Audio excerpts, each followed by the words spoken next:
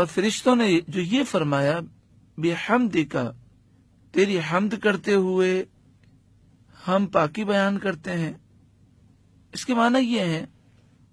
کہ ہم جو تیری پاکیزگی بیان کرتے ہیں اس میں ہماری طاقت نہیں ہے، بلکہ یہ تیری نعمت ہے اور ہم اس پر شکر ادا کرتے ہوئے تیری پاکی بیان کرتے ہیں۔ پھر فرشتوں نے عرض کیا وَنُقَدِّسُ لَكَ، ہم تیری پاکیزگی بیان کرتے ہیں۔ تقدیس کا اصل معنی ہے کسی کو پاک و صاف قرار دینا۔ اب اس کے معنی یہ ہوں گے کہ فرشتے کہہ رہے ہیں ہم تجھے تمام عیوب اور ہر برائی سے پاک صاف قرار دیتے ہیں اور تیرے لیے وہ چیزیں بیان کرتے ہیں جو تیری عزت اور جلال یعنی بلندی اور عظمت کے لائق ہے۔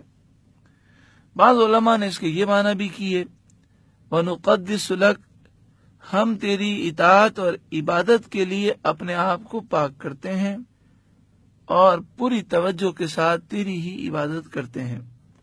اللہ تعالیٰ نے ارشاد فرمایا قال انی اعلم ما لا تعلمون،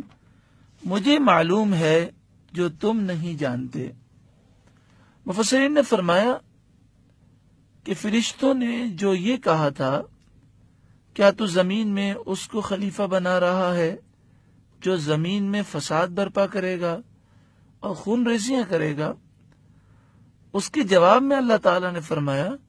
کہ میں وہ جانتا ہوں جو تم نہیں جانتے، یعنی میں اس کی وہ مصلحتیں اور حکمتیں جانتا ہوں جو تم نہیں جانتے۔ میں جانتا ہوں کہ ان میں کون میرا عبادت گزار ہوگا اور میری اطاعت و فرمانبرداری کرے گا اور کون میرا نافرمان ہوگا۔ میں جانتا ہوں کہ وہ لوگ گناہ کریں گے اور مجھ سے مغفرت طلب کریں گے، سو میں ان کی مغفرت کر دوں گا۔ فرشتے لطیف اجسام سے متصف ہوتے ہیں، ان کو نور سے پیدا کیا گیا، یہ عام آنکھوں کو نظر نہیں آتے، یہ مختلف شکلیں بنا سکتے ہیں اور انسانی صورت میں بھی آ سکتے ہیں، ان کا ٹھکانہ مختلف آسمان ہے۔ فرشتے بہت کثرت سے ہیں، جیسا کہ حدیث پاک میں ہے، ترمذی شریف حدیث نمبر 2312، ابن ماجہ حدیث نمبر 4190، مسند امام احمد بن حنبل 5ویں جلد صفحہ نمبر 173، المستدرک للحاکم 2 جلد صفحہ نمبر 510، عن ابی ذر قال، حضرت ابو ذر رضی اللہ تعالی عنہ سے روایت ہے، قال رسول اللہ صلی اللہ علیہ وسلم، رسول اللہ صلی اللہ علیہ وآلہ وسلم نے ارشاد فرمایا انی ارا ما لا ترون، بے شک میں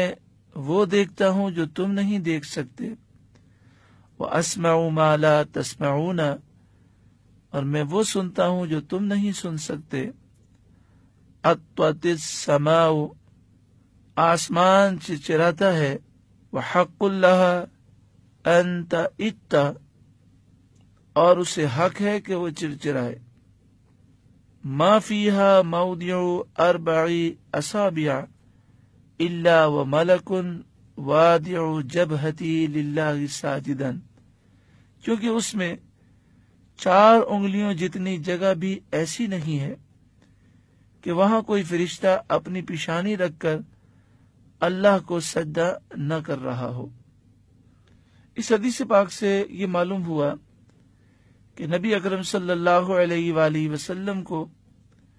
اللہ تعالی نے دیکھنے اور سننے کی جو طاقت عطا فرمائی ہے